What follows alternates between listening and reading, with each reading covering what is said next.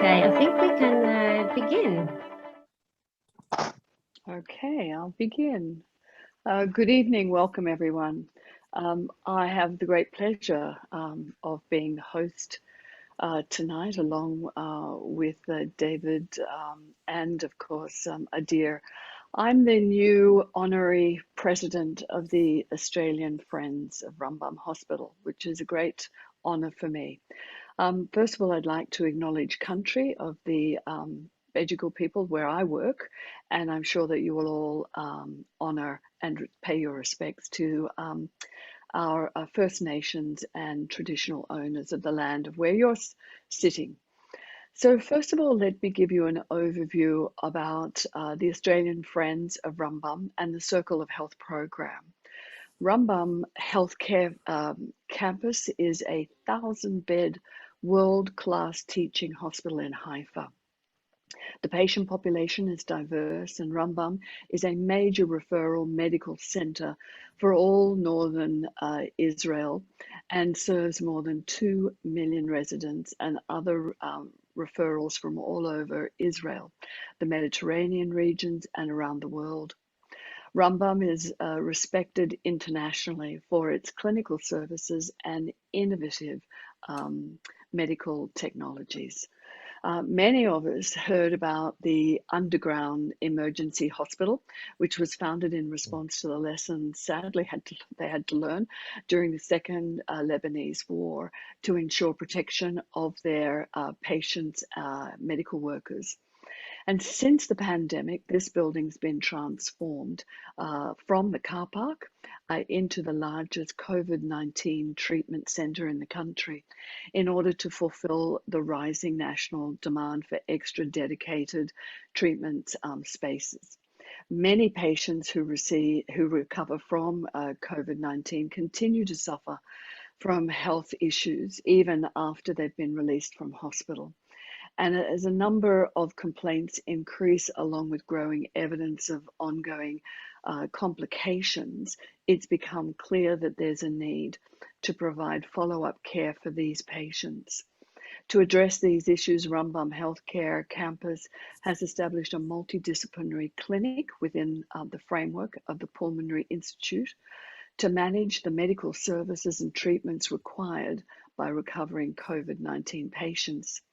Australian Friends of Rumbum, a charity and Circle of Health program, are linked to the Rumbum Health Circle program by bringing cutting-edge technologies and informations which help thousands of citizens in Australia as well. The Circle of Health program advocates for improved health and well-being in our community through disease prevention, positive lifestyle changes, and education. This is achieved by conducting a variety of health and well-being education programs such as this, using local experts and strengthening global collaboration with world-renowned facilities and experts, particularly those affiliated with Rumbum Healthcare Campus in Israel. This program also facilitated flagship research collaboration between Rumbum and the Australian Medical Research Institutes.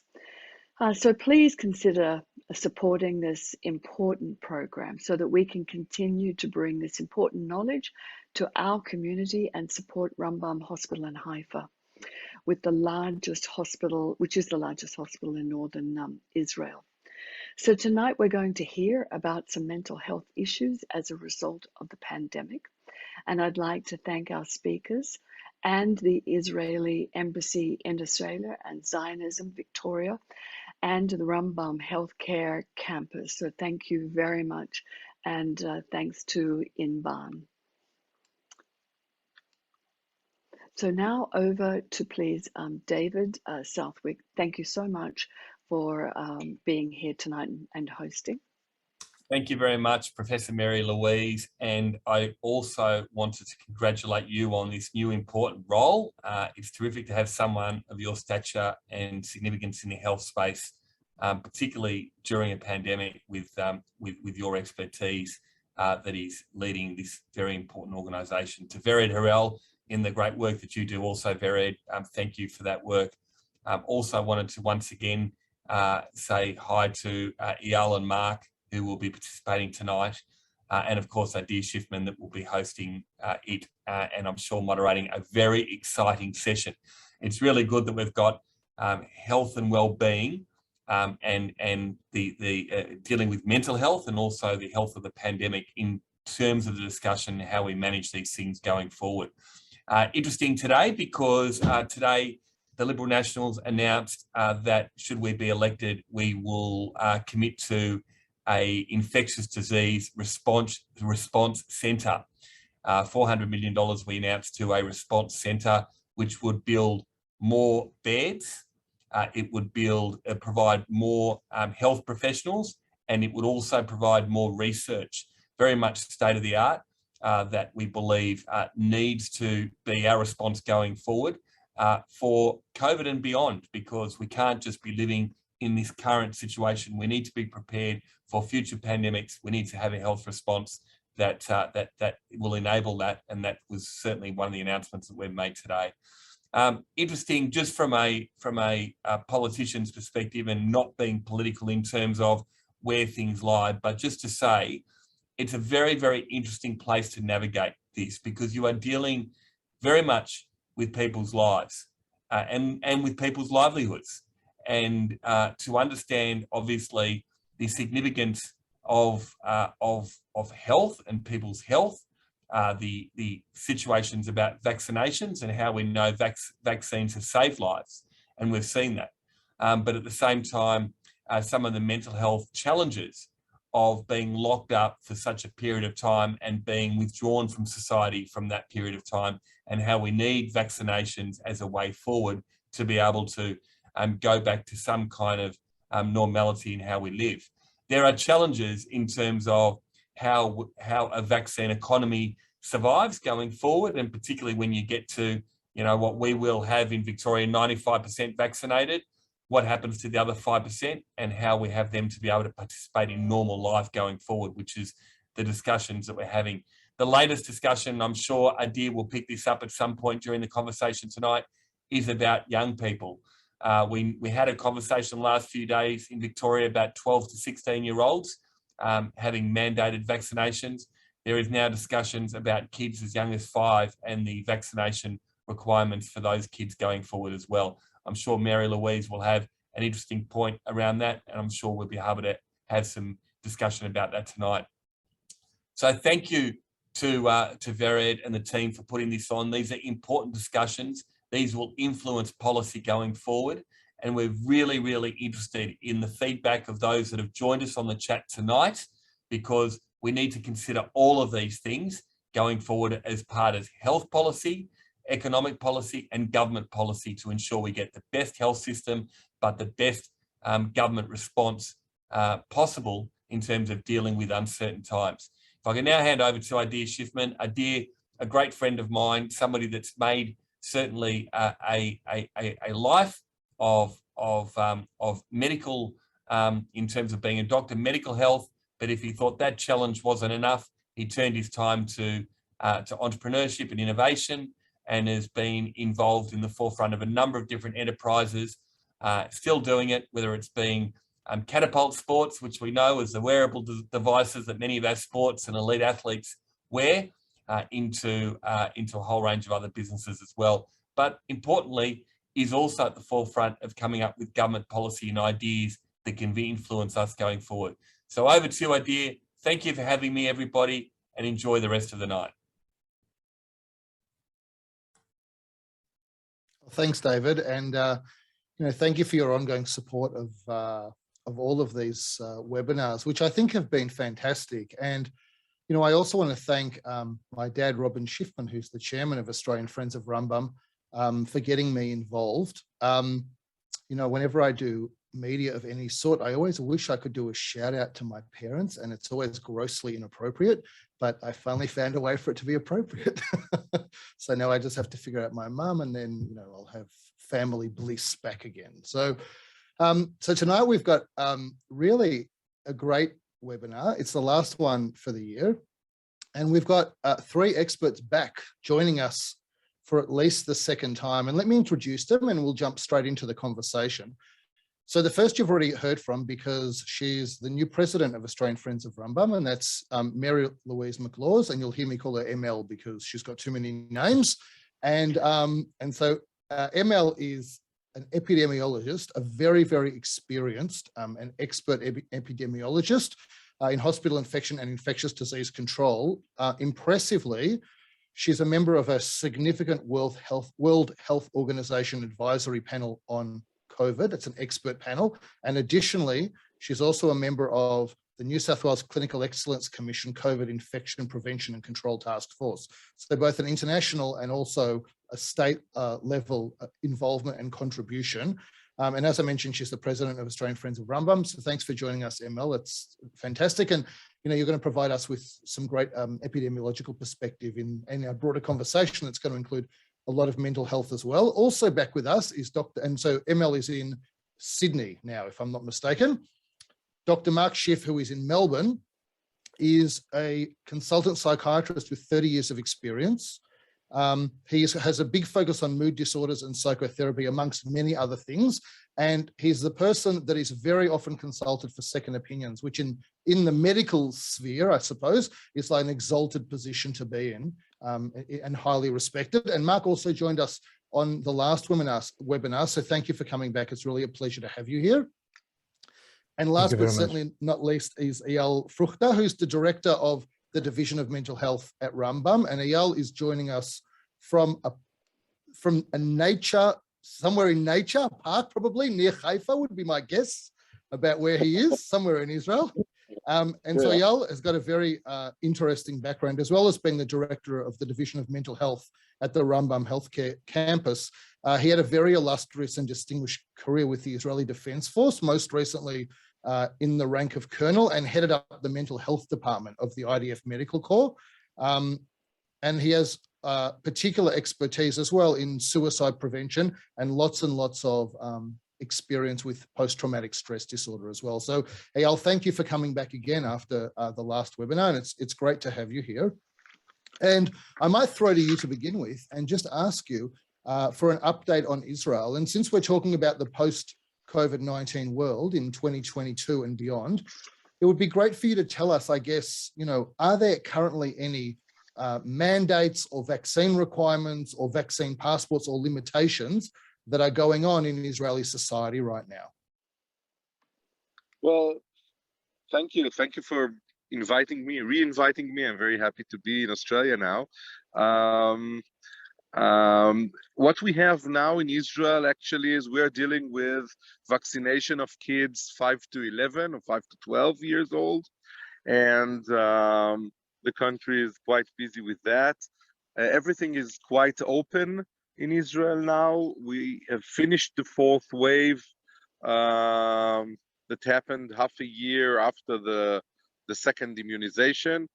Most of the population had the third vaccination, so now everybody is on the streets. You need to wear masks only indoors activities. Now I'm sitting outside so I can be without a mask, that's no problem. And you need to show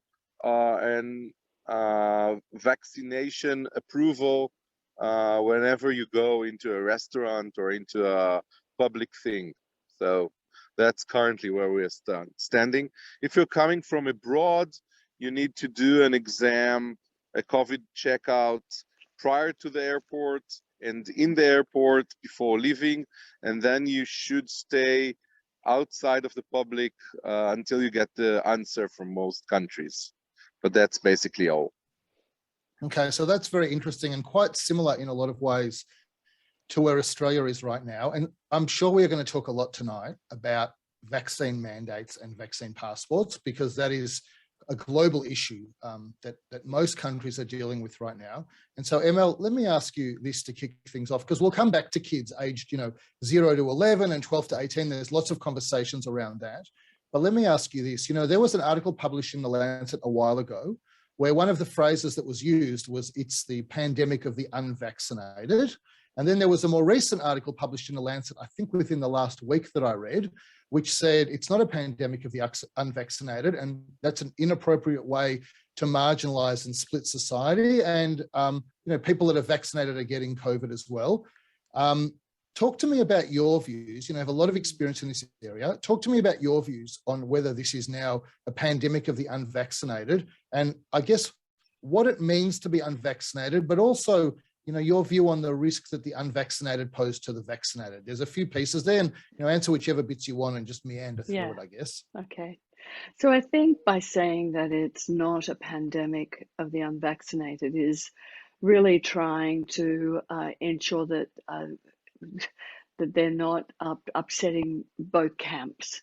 But if you have a look at just New South Wales, which has been a hotspot, and also Victoria, but certainly New South Wales, only 8% of cases were vaccinated. And of course, from the Israeli experience that was very kindly shared last month at WHO, apart from the safety of boosters, also what happened where they had 100-fold increase in case numbers with Delta and a 10-fold increase in severe infections. And 60% of those who went to hospital were vaccinated. Yes, why? Because probably their neutralizing antibodies started waning.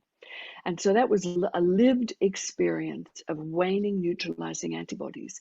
And of course, we have laboratory-based experience as well, developed at our university, looking at antibodies that start waning if you, depending on your vaccine efficacy, at 80%, it will wane by 6 months easily.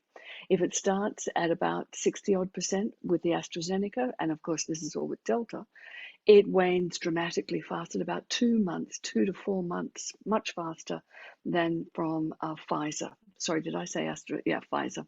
Pfizer wanes, but not as fast as AstraZeneca. So it is a disease of the unvaccinated, but of those whose neutralizing antibodies start to wane. And I think that the virologists are learning potentially that they're going to have to start making a vaccine against part of that spike that won't mutate, because it's going to be hard to constantly expect people to be vaccinated each year, even though we do for flu. Some people aren't that good at being vaccinated each year for flu, sadly. Certainly the elderly are when they go to their GPs. So yes, it is it is a disease of people who don't have antibodies, and even if you have the natural infection, your antibodies wane at 6 months as well. And so when you're out and about, and presumably you're fully vaccinated and have been for a while, so when you're out and about, how do you feel about being in the proximity of people who are unvaccinated? How would you feel about being in a cafe or a restaurant with people who are unvaccinated? Give us some perspective on why that has become such a significant issue. Is it because there's a clear and present danger of that person in the space at the moment, or it's because there's a societal trend to try to, heavily encourage mass vaccination? Yes. Look, we know that being vaccinated doesn't stop you from acquiring infection. It just stops you from dying or having severe infection or being hospitalized if your neutralizing antibodies are at a high enough level. And so that's fantastic news. If we get infected, we often have the infection at an asymptomatic level or a very mild, where we may not even realize we are infected until sadly we've either infected somebody who hasn't been vaccinated and does get symptoms, or we're part of a cluster where we're found to be infected. The good news is, and the bad news. So I'll give you the bad news first. The bad news is your viral load is the same as if you were not vaccinated. But the good news is your neutralizing antibodies works really hard at going out there and removing the virus. So it doesn't get time to go into your important major organs, which is fantastic news. So that's probably why we often don't even realize we have infection. But your question about, and can I also say that the UK are also teaching us a lot as well. And they did a very small study, it wasn't huge, and identified that those who are vaccinated are 70 or 75% less likely to spread it, even though we have high level of viral particles, because we're infectious for a shorter period of time. So how do I or others feel being double vaccinated and being around people who haven't been vaccinated? I worry that if I have infection and I don't realize it because I'm not being tested all the time because of my work, I'm working from home, that I might give it to them and they might get very sick, because 92% of all cases in New South Wales have been in the unvaccinated or the partially vaccinated. So I worry for them. Now, if they were vaccinated and I thought, yes, I have a risk of a very mild case, I wouldn't necessarily be overly worried, because I'd know that their immune system would be working at top speed to eliminate it. So, I mean, my kind of summary of what you said there would be, we want them vaccinated. So, because there are two implications here. One is a societal implication. And so that's tricky in a Western democracy, because we try to find this balance between encroaching on freedoms of the individual and protecting, the rights of the population at large. And so on a community level, what you've said is the risk of spread from someone who is unvaccinated is significantly higher than the risk of someone who's vaccinated. So that obviously has relevance at a community level. But at an individual level, I might say, if I'm sitting next to someone in a cafe who is unvaccinated, it's them who should be worried, not me, because their risk of contracting that infection, if they get it, is they have a dire outcome. And Mark, last time we spoke to you, one of the things that you talked about is a particular community that you see that had some vaccine hesitancy around language issues, cultural issues, trust of government issues. And I'm just interested to know whether, you've seen patients that have come to you that are not vaccinated and that have been in some way excluded from society now, given the requirements. Have you seen that? And, what are your thoughts on that? How have they reacted to that? What's your advice to someone like that? Yes, very much so. As I said, I happen to have quite a significant number of patients from Eastern European community, and we spoke last time about their attitudes to governmental pressure, and also the exposure to all sorts of things on the computer that they listen to. So that I wouldn't kind of focus just on them, but certainly that is a very important notion. We were lucky in the whole Australia, not just Victoria, that we are allowed to see patients, and the patients will get a Medicare rebate on telehealth. So, for instance, the hospital that I work in was incredibly conservative all the way, and believe it or not, I think only now had a member of staff that had a case. But throughout the COVID, there virtually were quite a few hospitals were affected, as people would know. And so, for instance, in our, where I consult there, that they're checked, and if the patient is unvaccinated, they have to return to the car, and then I would have to advise the staff if I can see them. And most of the time, obviously, it would be a telehealth consultation. And most of my patients, I'm a bit different to some of the doctors, is that I strongly preferred having face-to-face, and my patients do too.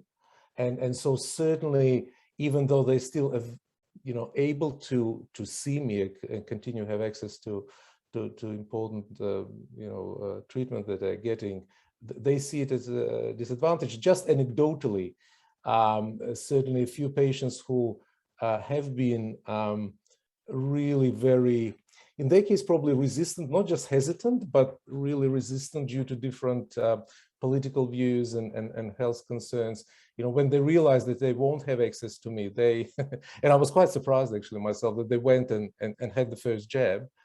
The other interesting thing, this is just obviously American experience, that I was quite fascinated that there was a big study that they done in the States, and up to And there was up to very early in the pandemic, according to that study in New York, there were up to 72% of people who were very hesitant or resistant to the vaccine. And when there was a few laws introduced that, you know, repercussions for the work and all that, that amount of people hugely was reduced. So I kind of see it for different reasons. It's obviously not work, access to mental health, but it certainly impacts on people. But people still can continue having their treatment if they're unvaccinated, but it probably will be of different type.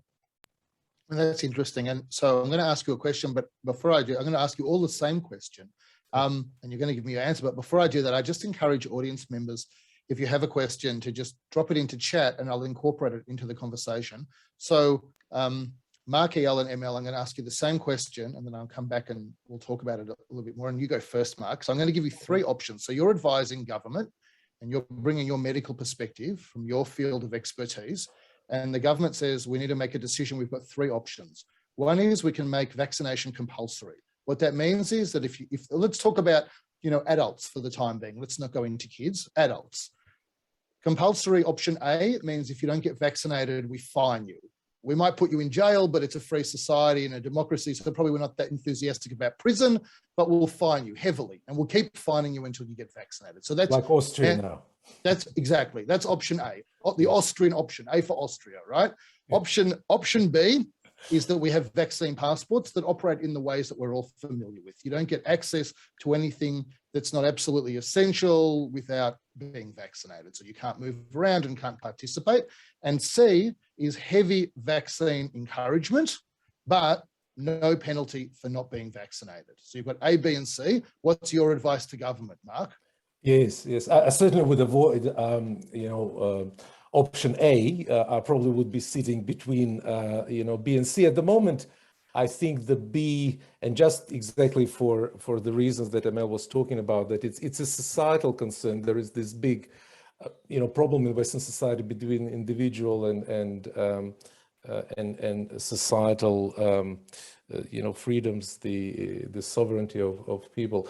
So I think encouragement, I think, coming from psychiatric point of view, I would really prefer to have, if we had the time for encouragement, then obviously coming from my field, it would be absolutely, an option that I would go. But I think because we might not have the time and we could only see that the heavy losses that initially in Spain and Italy, it was terrible to see India, that I certainly would be sticking to option B. And just also quickly, I think we also have to be mindful, and I have a lot of my interest is in pain disorders, as I think I told last time, that I have a number of patients with chronic fatigue who are, if people are coming in very worried about the vaccination, they're actually quite likely to have a lot of side effects, whether they are, and I don't like calling them in your head side effects. They experience real pain, real fatigue and all that. So we have to be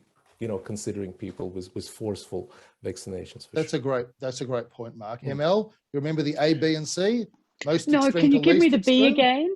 B is current vaccine passports. So you're excluded from large parts of society if you're not fully vaccinated. A is the Austrian option, heavily penalized, fined, whatever it is. And C is encouragement, but no penalties.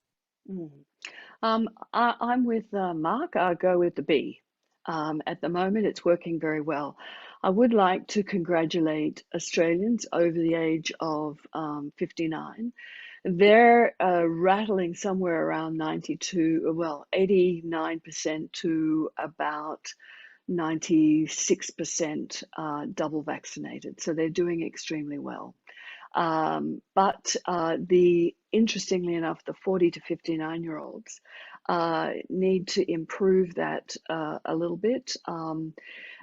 We have about an 83% coverage across the 12 and over, but don't forget that's not equitable across each of the particular age groups, and particularly 12 to 15. They've only had since mid-September, so they need to be encouraged more. And so Emma, we'll come back and talk in detail about kids in a sec. I think it's an important point. So you go for B. And Eyal, you remember my options? Sure, I remember. Yeah, actually, the strength of society is extremely important during crisis. And I believe that if you force the society to do things, it never ends well. So I would consider, of course, B as the best option. I think that it takes care of the population that can't get immune, and it sets rules that enables them to still be a part of society. I would keep A in mind, though, all the time, because I believe that if we were now in the position that New York was in during the high first wave, or Northern Italy was in the high first wave, I would seriously consider A, because otherwise, if I lose my grandmother, I would probably be very angry at my neighbor that haven't been vaccinated. So I think that for the better of society, during real crisis, it would be important to keep A in mind. Currently not in Israel and not in Australia, and I think that in most of the world, A is not necessary. I think that Austria moved quite fast into A, faster than I would do. So I would stick to B and hope for the best. And so on a related topic to that, I mean, you know, what Israel has is, you know, ahead of Australia on the COVID journey, generally speaking, across a whole variety of different areas.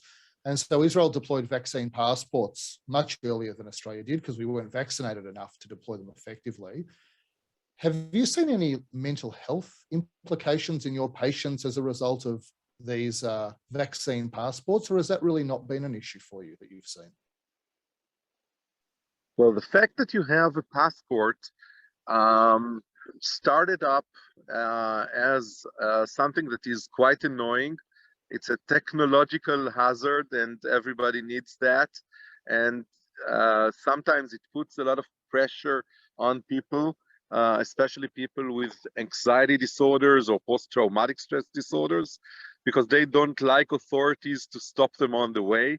The post-traumatized persons, they're usually very easily angry and agitated, and they don't like the checkup.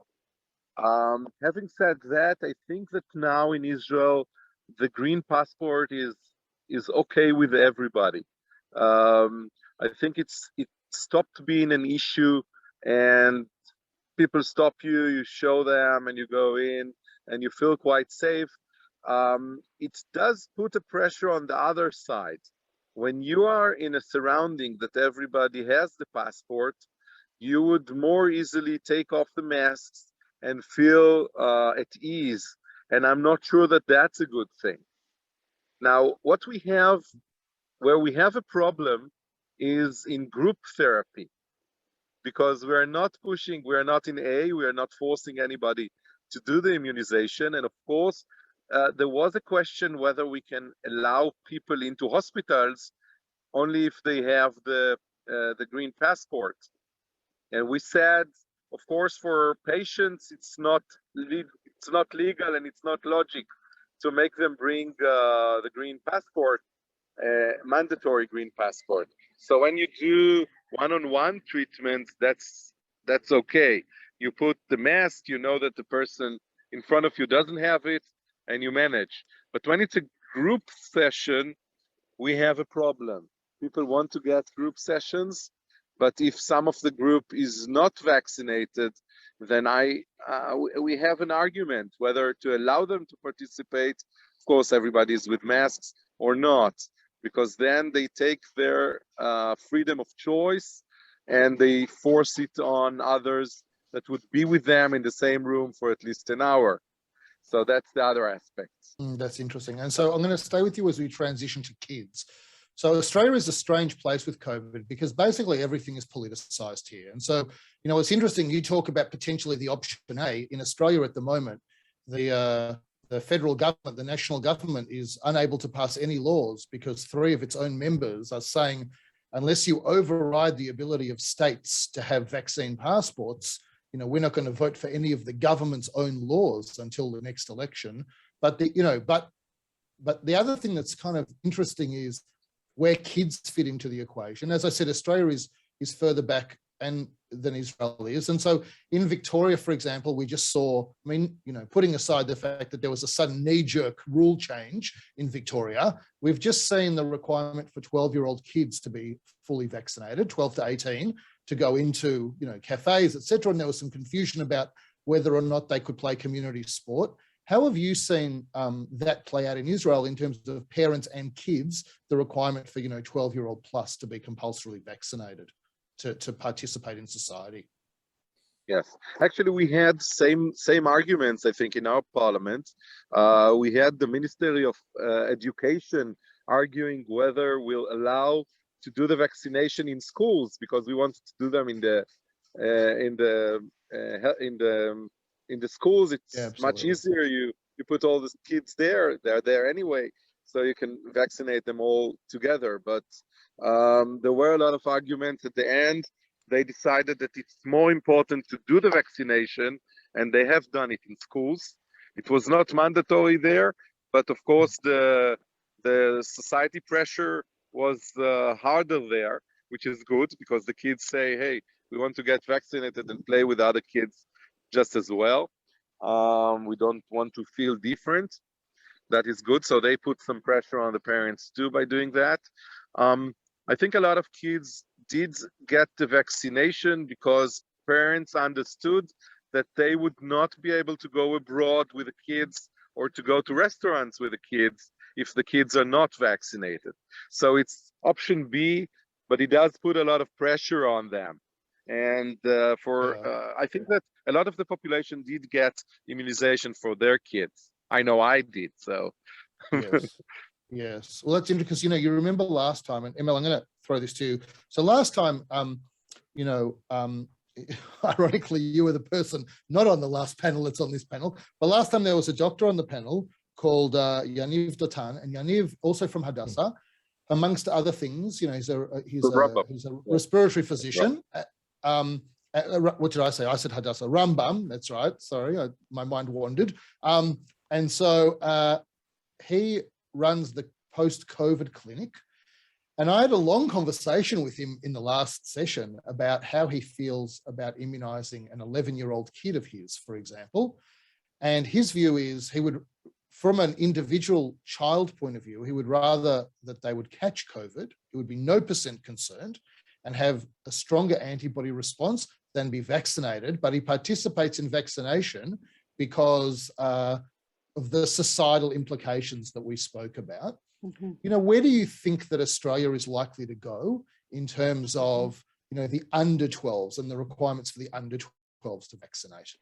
So, first of all, because I'm an epidemiologist, so everything revolves around mainly numbers, right? So, so the number is your natural immunity from an infection starts waning at pretty early. And in fact, the US in CDC advised that people should be vaccinated after having a natural infection and getting over it somewhere between 3 and 6 months afterwards, depending on how well they feel. So in other words, you don't have lifetime immunity, even with kids. Secondly, we vaccinate kids for rubella.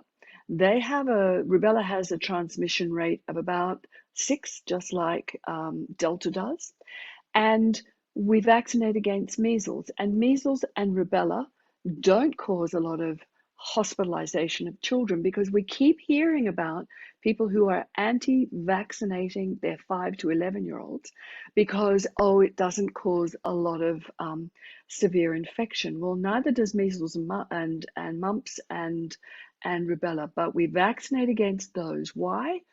Because other people can catch it, and particularly pregnant women, and get sick. Well, guess what? Other people can catch COVID and die. 5% of the kids between 0 and 9 go to hospital in Australia. So it's not huge, but it doesn't mean it's such a low rate of severe infection that it's good enough not to vaccinate a child. And you can't guess if they're going to, of course, have to go to hospital. It's highly unpredictable. So from an epidemiological I think that's an interesting take, Emil, because, you know, the detail about immunity from an infection, that is, I think that would be news to everybody on this webinar.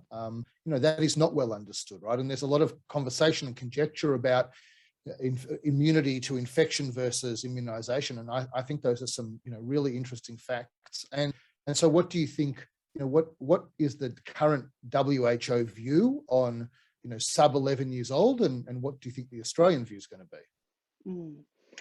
Look, the WHO view about vaccinating the world is we're not safe until we're all safe. They're much happier for us to get our first and second dose than get a booster.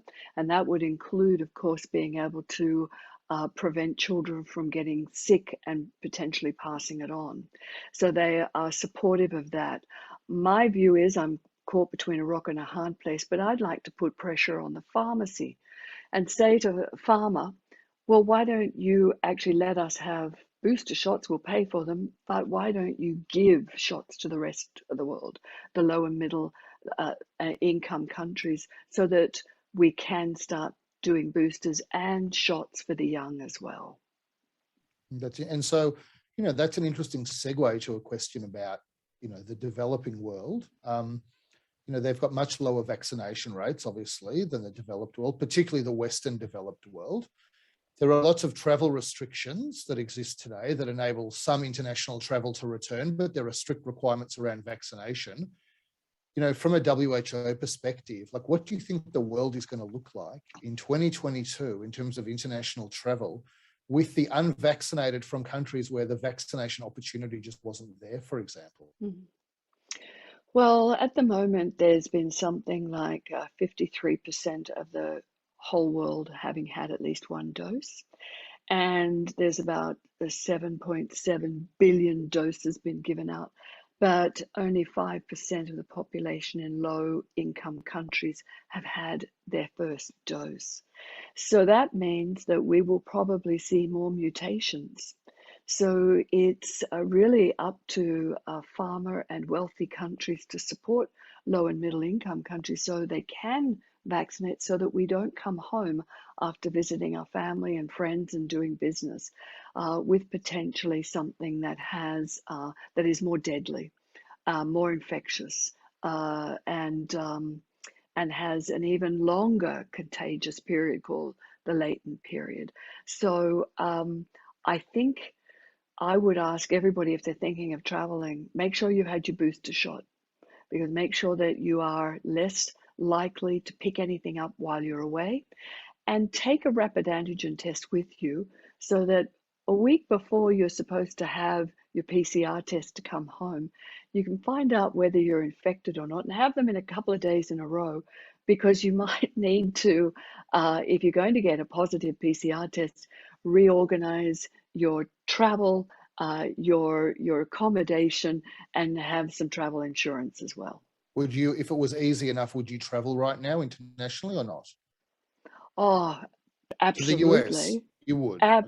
Absolutely. Yeah, my husband and I were supposed to be in Israel having a fabulous holiday and popping down to Egypt to have a look at the pyramids. So yes, okay, definitely. that's a ringing endorsement. And let me ask you this last question, because it's from an attendee. It's a simple question. I think the answer is yes. Is the AstraZeneca vaccination, the Australian AstraZeneca vaccination, is that a recognised vaccination for international travel purposes? Yes, 55 countries in the world use AstraZeneca. Yeah, absolutely. And so, Mark, we've spoken a lot about vaccine and vaccination, but in 2022, there are going to be deeper consequences of the last 2 years. And we're going to make the assumption that 2022 will be better than 2021, which was a bad assumption in 2021. But let's make that assumption. Are there other things that you are worried about that are mental health consequences of the last 2 years beyond vaccination requirements, vaccination mandates? So, there's some socioeconomic risk, for example. There's definitely been some separation of people for whom, in Australia, COVID has been pretty good from a prosperity point of view, and others have really suffered.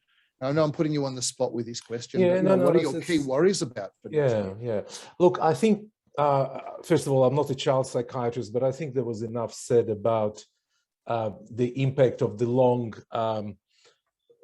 prolonged lockdowns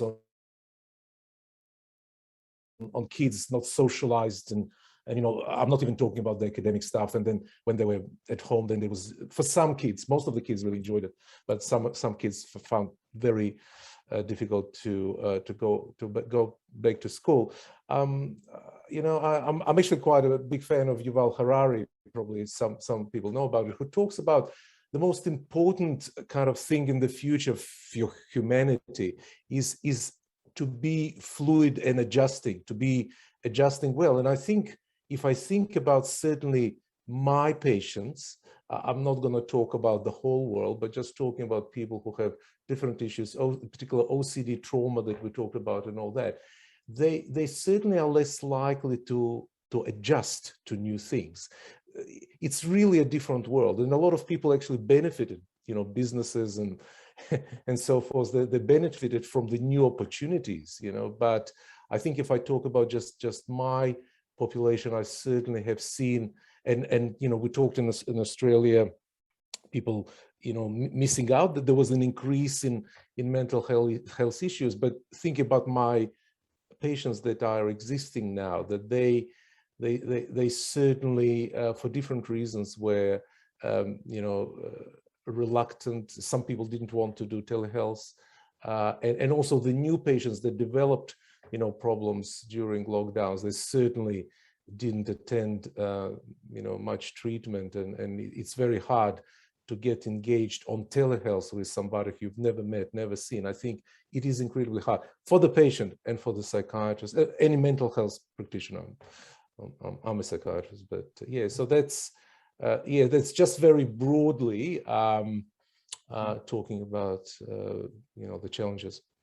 And Eyal, what are you worried about 2022 from a mental health point of view?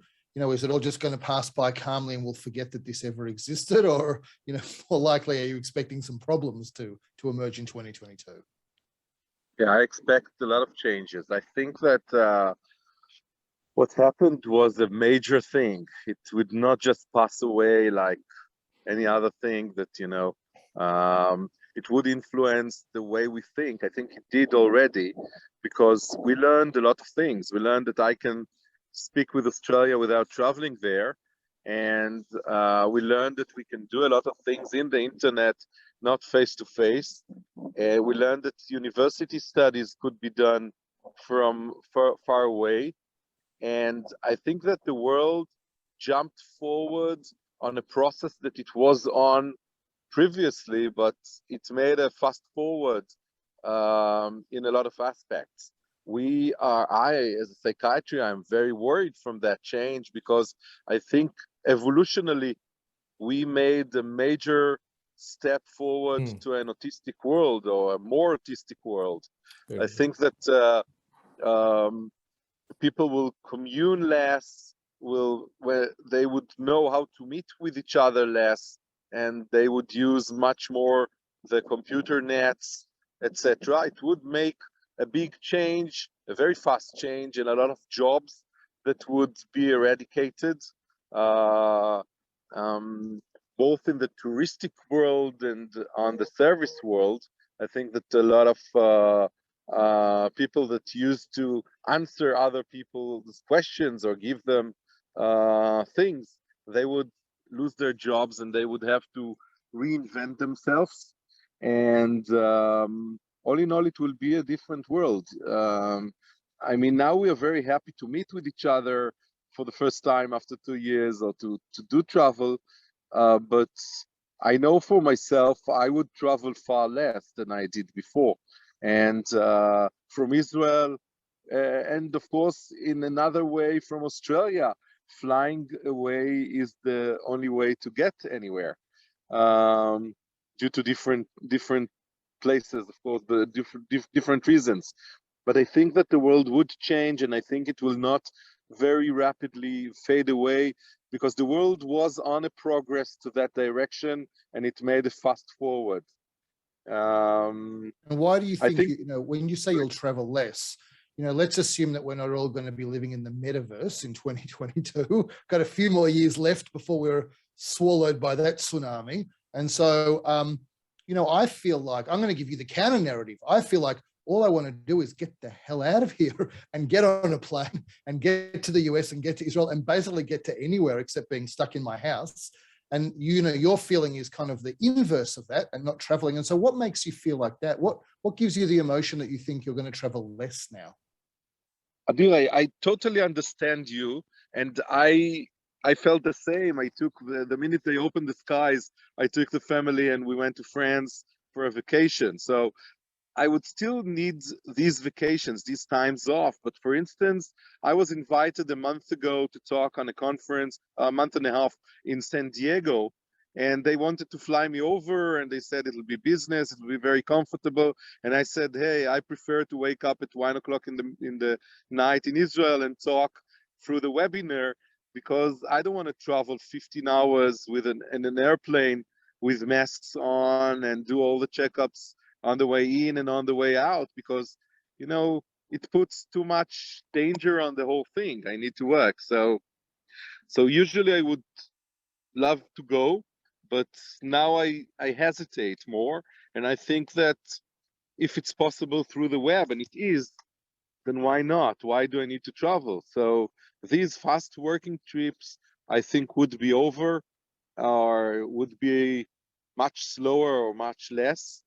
And well, it goes with a lot of other things. It goes with the convenience of the house, and it goes with the carbon plate, and we want it to be on a more nature-friendly world. So it's going with other things. It's not alone, but yeah, I can sympathize with the wanting to go, but it will be, you'll see after the first or the second time you'll go, you'll slow it too, because that's how it goes. Well, I can't say that I travel, because if I say I got on a plane, then I'll get 10,000 tweets telling me that I'm destroying the planet. So let's just say I'll never travel anywhere again except barefoot. But I want to go now to talk a little bit about, what boosters, etc., might look like moving forward, because obviously there have been pandemics in the past, and ML, you know all about pandemics and you've been across them, but most people don't remember any of them or weren't aware of them. And there was a big pandemic, it turns out, 100 years ago, and none of us knew about that until COVID came along. So presumably at some point, unless this is fundamentally different to history, like someone is going to start forgetting or not caring about COVID and that it existed. But in the meantime, like, we have to try and live life being scared of COVID, but also wanting to get back to things. In Australia right now, there is not a lot of clarity about boosters. I mean, you talked about boosters. Presumably boosters will be part of the future, and it might be the long-term future. Again, how do you come from a background of epidemiology. I know, infectious diseases is not specifically your area, but at an epidemiological level, how are boosters being thought about, and how should Australians with very little specific guidance on boosters, except you can get one, how should they think about when they should be getting boosters?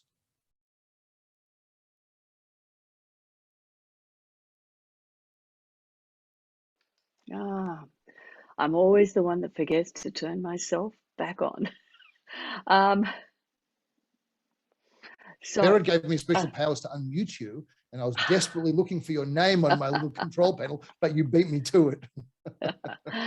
So, look, as an infectious disease epidemiologist, I normally focus on hospital infection and patient safety, except for when there's a pandemic.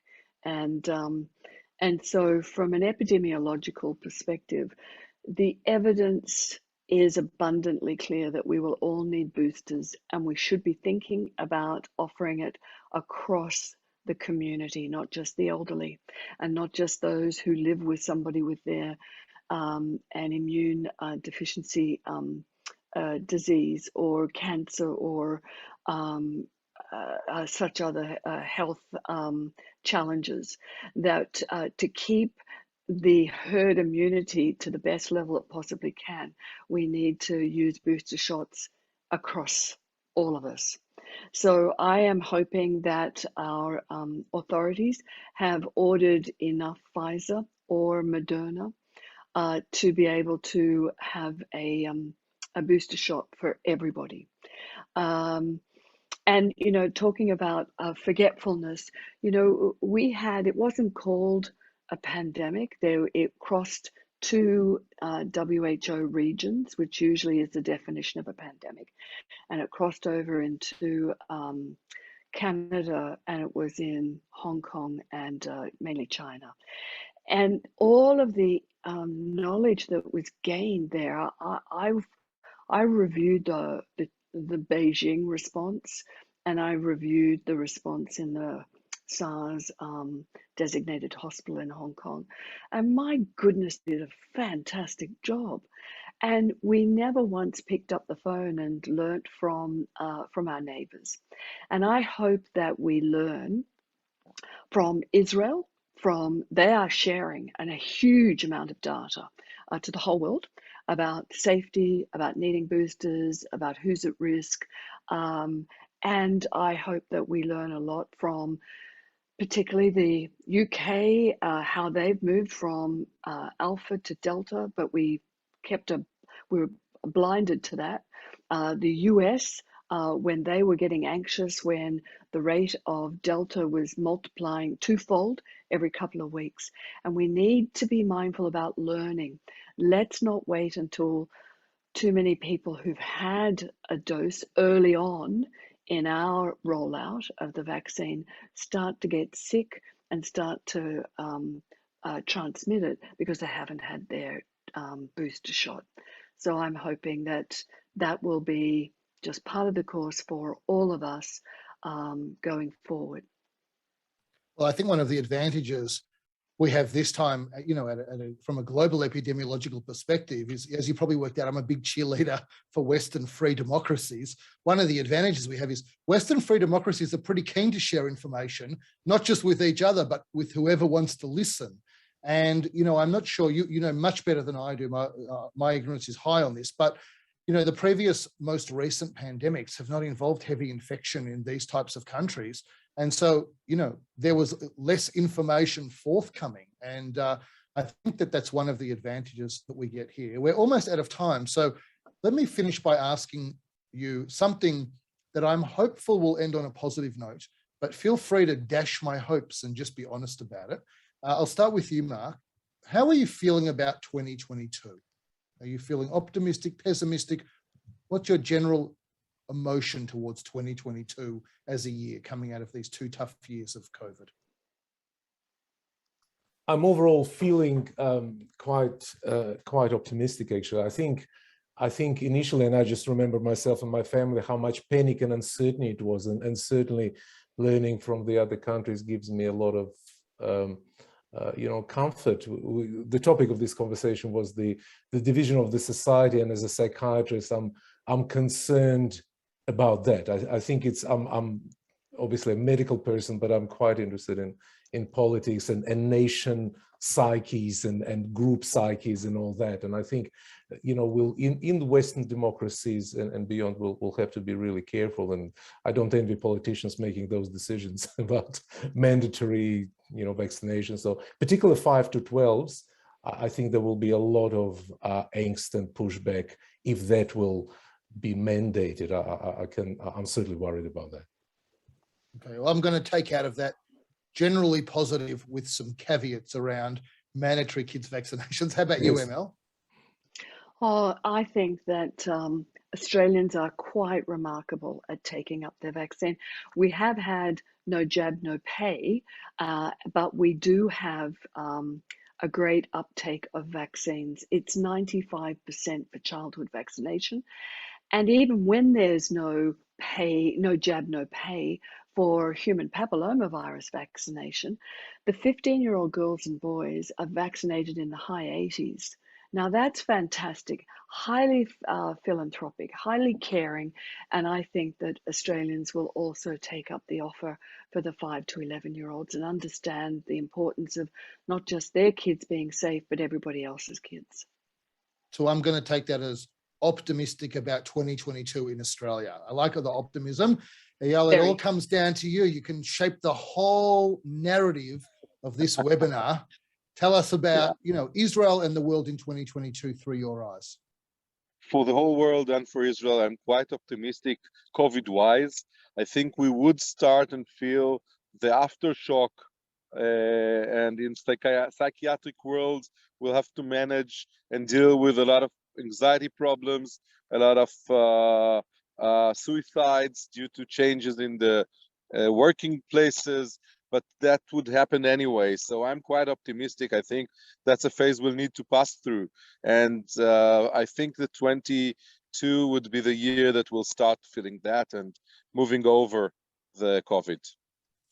So I largely agree. I mean, one of the things I thought one of you might mention that is a concern for me is I think what we saw through 2020 and 2021, particularly in lockdown parts of Australia, for example, was the delay for seeking medical diagnosis and intervention. And so I do have some concerns that 2022 will see an increase in late stage presentations of a whole heap of diseases. And I say that as a little hint to people on the webinar that if you've got something that you think should maybe have been checked out, go and get it checked out, because all of the medical professionals that I've spoken to have kind of intimated to me that that is an emerging issue. But I largely agree. I think, there's nothing to be except optimistic as a human being. Ultimately, all we got is hope.